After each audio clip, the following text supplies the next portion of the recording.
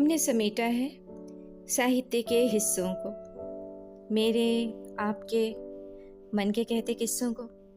नमस्कार, आदाब। मैं हूँ किश्वर अंजुम और कथा कस्तूरी में क्लासिक कहानियों की श्रेणी के अंतर्गत लेकर आई हूँ शरद चंद्र जी की कहानी बलि का बकरा। लोग उसे लालू के नाम से पुकारते थे, लेकिन उसका घर का नाम कुछ और भी था।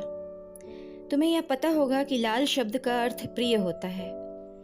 यह नाम किसने रखा था उसका, यह मैं नहीं जानता, लेकिन देखा ऐसा गया है कि कोई कोई व्यक्ति यूं ही सबके प्रिय बन जाते हैं। लालू भी ऐसा ही व्यक्ति था। स्कूल से पास होकर हम कॉलेज में दाखिल हो गए। लालू ने कहा, भाई अब मैं रोजगार करूंगा। इसके बाद अपनी माँ से 10 रुपए मांगकर उसने ठेकेदारी का काम करना शुरू कर दिया। हम लोगों ने हंसकर उसका मजाक उड़ाते हुए कहा, 10 रुपए से भला कहीं रोजगार होता है? अगर इतनी पूंजी से रोजगार होता तो सब कर लेते। लालू ने कहा, मेरे लिए इतना ही काफी है। वह सबके लिए प्रिय था, इसलिए उसे काम मिलते देर ना लगी। कॉलेज से लौटते वक्त रोजाना हम उसे रास्ते में सर पर छाता लगाए हुए कुछ मजदूरों के बीच अपने काम में संलग्न पाते थे। हम लोगों को देखते ही चिढ़ाते हुए वह कहता था, अरे जल्दी जल्दी कदम बढ़ाकर जाओ वरना परसेंटेज में कमी आ जाएगी। गांव की पाठशाला में जब हम एक साथ पढ़ते थे तभी से वह मिस्त्री का काम करने में चतुर था।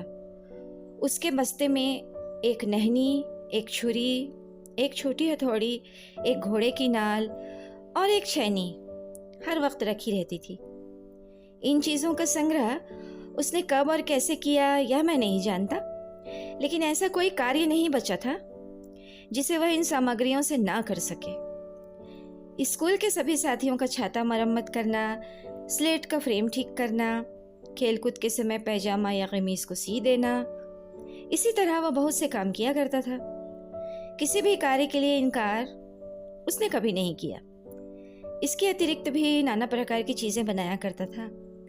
एक बार छठ के मेले के समय 2 आने का रंगीन कागज और मिट्टी के प्याले खरीद कर ना जाने क्या क्या बनाकर उसने गंगा के किनारे बैठकर उन खिलौनों को 2.5 रुपए में बेचा था। उस मुनाफे की रकम से उसने हम लोगों को चिनिया बादाम खिलाया था। इसी तरह दिन गुजरते गए और हम क्रमशः बड़े होते गए। जिम्नास्टिक खेल लालू सबसे अधिक तेज खेलता था। उसके बदन में जैसी ताकत थी वैसा ही साहस था। डरने का नाम उसने कभी नहीं सुना था। कोई भी आकर बुलाए उसके यहाँ चला जाता था। प्रत्येक की विपदा के समय सबसे पहले वह जाकर हाजिर होता था। अगर उसमें कोई ऐप था तो एक यही था कि मौका पाने पर डराया करता था, चाहे कोई भी क्यों ना हो। बच्चा बूढ़ा उसके लिए सब बराबर थे। हम तो समझ ही नहीं पाते थे, लेकिन वह ना जाने कैसे ऐसे विचित्र उपायों को खोज डालता था। आज उसकी एक कहानी सुना ही दूं। पड़ोस के मनोहर चटर्जी के यहाँ काली की पूजा हो रही थी। ठीक अर्धरात्रि के समय बकरा बलिदान होना था, लेकिन बलि देने वाले लोहार का कहीं भी पता नहीं था। देर होते देख कई व्यक्ति उसके यहाँ गए तो देखा लोहार के पेट में काफी दर्द है और आने में बिल्कुल असमर्थ है। लौट कर आकर लोगों ने खबर दी। खबर पाते ही सबके सब सर पर हाथ धरकर बैठ गए। इधर बिना बलिदान किए पूजा अधूरी रह जाएगी।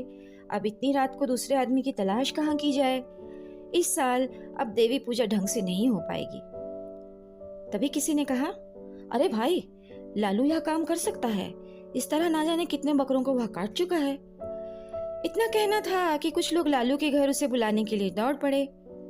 लालू उस समय सो रहा था। उठकर बोला, नहीं नहीं, अरे बेटा मना मत करो, चले चलो, वरना देवी की पूजा संपन्न ना होने से गांव का सत्यानाश हो जाएगा। लालू ने कहा, होने दो, बलिदान कार्य बचपन में मैंने किया था, लेकिन अब नहीं करूंगा। जो लोग बुलाने आए काफी मान मनोबल करने लगे, क्योंकि बलिदान के मुहूर्त में अब केवल 15 मिनट बाकी थे। उसके बाद बलिदान देना ना देना बराबर होता। महाकाली के प्रकोप से सर्वनाश हो जाएगा। तभी लालू के पिता ने आकर कहा, ये चारों ओर से निराश होकर आए हैं, गांव के कल्याण के लिए तुम्हें जाना चाहिए। जाओ। इस आदेश को अस्वीकार कर दे, इतनी हिम्मत लालू में नहीं थी। फिर उसे चटर्जी साहब के यहाँ जाना पड़ा। लालू को अपने यहाँ देखकर चटर्जी महाशय प्रसन्न हो उठे। इधर बलिदान का समय नजदीक आता जा रहा था। जल्दी से बकरा लाकर उसे माला सिंदूर पहनाया गया। फिर कटघरे में उसका सर रख दिया गया। पूजा देखने के लिए आई हुई भीड़ जय काली माता की का नारा लगाने लगी। उसी के बीच में देखते ही देखते खच्च से आवाज हुई और एक निरीह बेजान जीव का धड़ सिर से अलग होकर नीचे गिर पड़ा। खून की धार से धरती लाल हो उठी। लालू ने कुछ देर के लिए अपनी आंखें बंद कर ली। पुनः कुछ देर के लिए शंख ध्वनि, घंटे की आवाज रुक गई। दूसरा बकरा आया। उसे भी पहले की तरह माला, फूल और सिंदूर लगाया गया। इसके बाद भक्तों द्वारा जय काली माता की आवाज गूंजी और लालू का दांव एक बार फिर पुनः उठा और आखिरी बार तड़फड़ाते हुए बकरा समस्त भक्तों के विरुद्ध न जाने कौन सी फरियाद करते हुए शांत हो गया। उसके खून से लाल मिट्टी फिर भी उठी। बाहर शहनाई बज रही थी। आंगन में बहुत से व्यक्ति जमा थे। सामने गलीचों के ऊपर मनोहर चटर्जी आंखें बंद कर इष्ट नाम जप रहे थे। तभी लालू एकाएक भयंकर रूप से गरज उठा। कोलाहल, वाद्य ध्वनि, सब कुछ एक बार ही रुक गई। सबकी कौतूहल भरी निगाहें लालू की तरफ घूम गई। लालू ने बड़ी बड़ी आंखें नचाते हुए कहा, और बकरा कहाँ है? घर के भीतर से किसी ने डरते हुए पूछा, और बकरा? 2 का ही तो बलिदान होने वाला था। लालू ने खून से लथपथ दाव को ऊपर की ओर 3-4 बार घुमाते हुए भीषण गर्जन करते हुए कहा, और बकरा नहीं है, या नहीं हो सकता। मेरे सिर पर खून चढ़ गया है। लाओ बकरा, वरना मैं आज जिसे देखूंगा उसी का बलिदान करूंगा। नर बलि, जय भवानी की, जय माता काली। कहता हुआ इधर से उधर उछलने लगा। इधर उसके हाथ का दाव लाठी की तरह भनाभन घूम रहा था। उस समय लालू का रंग ढंग देखकर वहां की जो हालत हुई उसका वर्णन करना मुश्किल है। सभी एक साथ बाहर को दौड़ पड़े, कहीं लालू उन्हें पकड़कर बलि पर न चढ़ा दे। इस भगदड़ के कारण वहां की हालत बहुत ज्यादा खराब हो गई। कोई उधर गिरा तो कोई इधर, कोई मुंह के बल गिरा तो कोई सर के बल, कोई किसी के हाथ से नीचे से भाग रहा है तो कोई किसी की टांग के नीचे से। यह सब कांड कुछ देर होता रहा, फिर सब शांत हो गया। लालू गरज उठा, मनोहर चटर्जी कहाँ हैं? पुरोहित कहाँ गया? पुरोहित महाशय दुबले पतले थे और इस भगदड़ के समय काली देवी की प्रतिमा के पीछे जाकर छुप गए। गुरुदेव महाशय कुशासन पर बैठे माला जप रहे थे। हालात देखकर वे भी एक बड़े खंभे की आड़ में जा छिपे, लेकिन मनोहर चटर्जी अपनी भारी भरकम तोंद लेकर भागने से लाचार रहे। लालू ने आगे बढ़कर उनका एक हाथ कसकर पकड़ते हुए कहा, चलो अब तुम्हारी बलि दूं।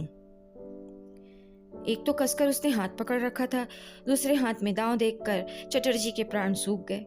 रोते हुए विनती करते हुए बोले, लालू बेटा जरा शांत होकर देख, मैं बकरा नहीं हूँ, आदमी हूँ। रिश्ते के नाते में मैं तेरा ताऊ लगता हूँ। तेरे पिताजी मेरे छोटे भाई की तरह हैं। यह सब मैं नहीं जानता, इस वक्त मुझे खून चाहिए। चलो तुम्हारा बलिदान करूंगा, जगदम्बा की यही इच्छा है। चटर्जी फपक कर रोते हुए बोले, नहीं बेटा, माँ की यह इच्छा नहीं है, वे तो जगजननी है, वे जगजननी है, इसका पता है तुम्हें। अब फिर बकरा बलिदान करोगे? मुझे बलिदान देने के लिए अब बुलाओगे? चटर्जी ने रोते रोते कहा, नहीं बेटा, अब बलिदान कभी नहीं कराऊंगा। मैं काली माता के सामने कसम खाता हूँ, आज से मेरे यहाँ कभी बलिदान नहीं होगा। ठीक कह रहे हो ना? हाँ बेटा, ठीक कह रहा हूँ, अब कभी नहीं कराऊंगा। मेरा हाथ छोड़ दे बेटा, पखाने जाऊंगा। लालू ने हाथ जोड़ते हुए कहा, अच्छा जा, तुम्हें छोड़े दे रहा हूँ, लेकिन पुरोहित कहाँ गया? और गुरुदेव, वह कहाँ गया? कहता हुआ वह एक बार फिर गरज उठा। फिर कमरे में इधर से उधर टहलते हुए बरामदे के करीब आ गया। उसका भयंकर रूप देखकर खंबे की आड़ से गुरुदेव और प्रतिमा की आड़ से पुरोहित जी दोनों एक साथ करुण स्वर में 2 प्रकार की आवाजों में चीख उठे। दोनों का स्वर 2 ढंग का ऐसा बेसुरा हो गया कि लालू अपने को संभाल नहीं पाया हो कर हंसते हुए दाव एक कर फेंका और भाग खड़ा हुआ। तब यह किसी को समझते देर न लगी कि लालू ने यह सब ढोंग किया था। सचमुच उसके ऊपर काली माता सवार नहीं हुई थी। यह कांड लोगों को डराने के लिए ही उसने किया। थोड़ी देर बाद पुनः भक्तों की भीड़ जुट गई। अभी पूजा पूरी नहीं हुई थी। थोड़ी देर में महाकौरव के साथ पूजा समारोह शुरू हो गया। मनोहर चटर्जी ने नाराज होकर कहा, कल ही कमबख्त ललुआ को 50 जूते उसके बाप से लगवाऊंगा। लेकिन उसे जूते नहीं खाने पड़े।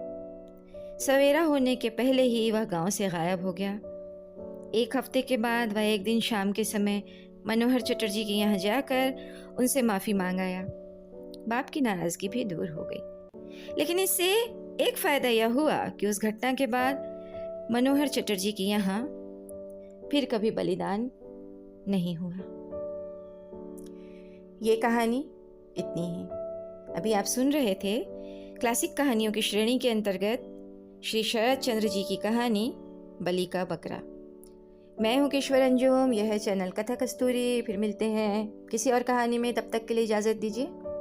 अलविदा।